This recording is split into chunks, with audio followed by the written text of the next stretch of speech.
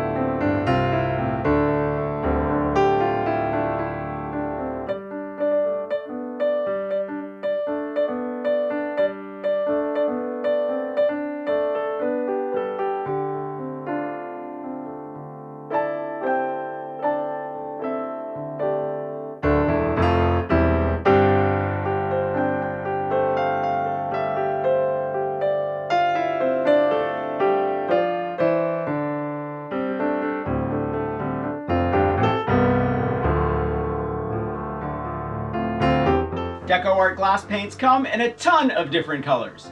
So pick your favorites and don't forget to make your mark with DecoArt. I'll see you next week.